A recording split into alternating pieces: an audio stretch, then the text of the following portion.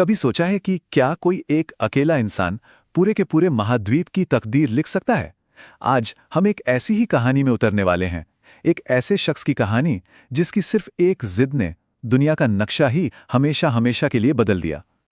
तो सवाल ये उठता है कि कोई एक इंसान आखिर ये कर कैसे सकता है, कैसे बदल सकता है पूरे महाद्वीप का नक्शा?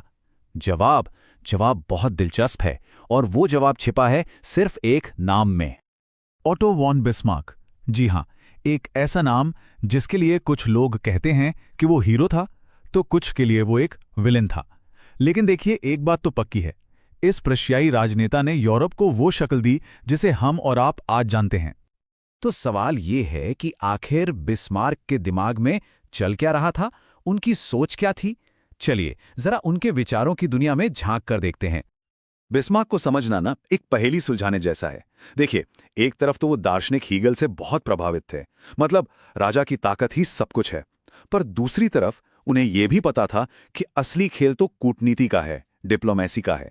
और सबसे बड़ी बात, उनका मानना था कि अगर जर्मनी को एक करना है तो उसका रास्ता सिर्फ और सिर्फ फौज की ताकत से ही होकर गुजरेगा। और सच कहूं तो यही उनकी सबसे बड़ी खूबी थी। वो इतने माहिर खिलाड़ी थे कि सोचिए, लिबरल और कंजर्वेटिव, मतलब दो बिल्कुल अलग अलग सोच वाले लोग, दोनों को यही लगता था कि बिस्मार्क तो भाई हमारी तरफ हैं। सबको साथ लेकर अपना काम निकालना, यही तो उनकी असली कला थी। और इसी सोच से निकली वो पॉलिसी जो इतिहास में हमेशा के लिए दर्ज हो गई। एक ऐसी रणनीति जो क्रूर थी, लेकिन उसका मकसद शीशे की तरह साफ था। एक मजबूत, एक यूनिफाइड जर्मनी। इसे नाम दिया गया रक्त और लौह की नीति।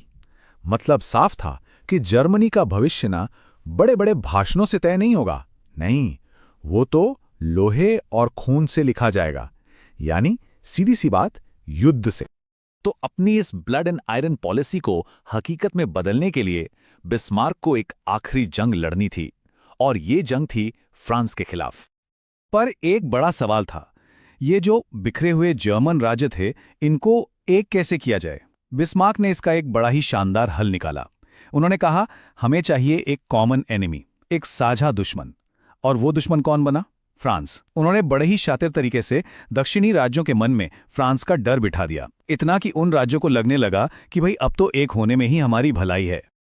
तो बिस्मार्क ने ये पूरा खेल खेला कैसे? देखिए, स्पेन की गद्दी का एक मामला उठा जिससे फ्रांस थोड़ा घबरा गया। बस बिस्मार्क को अपना मौका दिख गया। उन्होंने जानबूझकर एक डिप्लोमेटिक टेलीग्राम को एडिट करके ऐसा बना दिया जिससे फ्रांस की बेइज्जती हो, और हुआ भी वही। फ्रांस गुस्से से आग बबूला हो गया और 19 जुलाई 1870 को युद्ध का ऐलान कर दिया। ये बिस्मार्क की चाल थी और फ्रांस उसमें बुरी तरह फंस गया। सेडोन की लड़ाई में फ्रांस की इतनी बुरी हार हुई कि 1871 आते आते युद्ध खत्म हो चुका था। और इस जीत के साथ ही बिस्मार्क की बरसों की जो रणनीति थी, उसका नतीजा आखिरकार सामने आ गया। एक नए साम्राज्य का जन्म हुआ। ये साल था 1871। इतिहास में एक बहुत बड़ा मोड़। फ्रांस की हार ने आखिरी रुकावट भी हटा दी। बिस्मार्क का सपना अब हकीकत बन चुका था। जर्मनी अब कोई बिखरे हुए राज्यों का झुंड नहीं था, बल्कि यूरोप के नक्शे पर एक ताकतवर, एक यूनिफाइड नेशन था। लेकिन रुकिए, कहानी यहां खत्म नहीं होती। अरे नहीं, जर्मनी का एक होना सिर्फ एक देश की कहानी नहीं थी। इस एक घटना ने पूरे यूरोप में एक ऐसी लहर पैदा कर दी जिसके असर से कोई भी नहीं बच सका। जर्मनी का एक होना समझिए एक चिंगारी जैसा था। इसे देखकर हंगरी और बोहेमिया में आज़ादी के लिए आंदोलन शुरू हो गए। जो ऑटोमन साम्राज्य पहले से ही कमजोर हो रहा था, वो और तेजी से बिखरने लगा। नेशनलिज्म यानी राष्ट्रवाद की ये आग बाल्कन तक पहुंच गई और सर्बिया जैसे नए देश का जन्म हुआ। मतलब एक पत्थर ने पानी में ऐसी लहरें पैदा की कि पूरा का पूरा महाद्वीप हिल गए। तो बिस्मार्क की ये कहानी हमें एक बहुत जरूरी सवाल पर लाकर छोड़ देती है। क्या किसी भी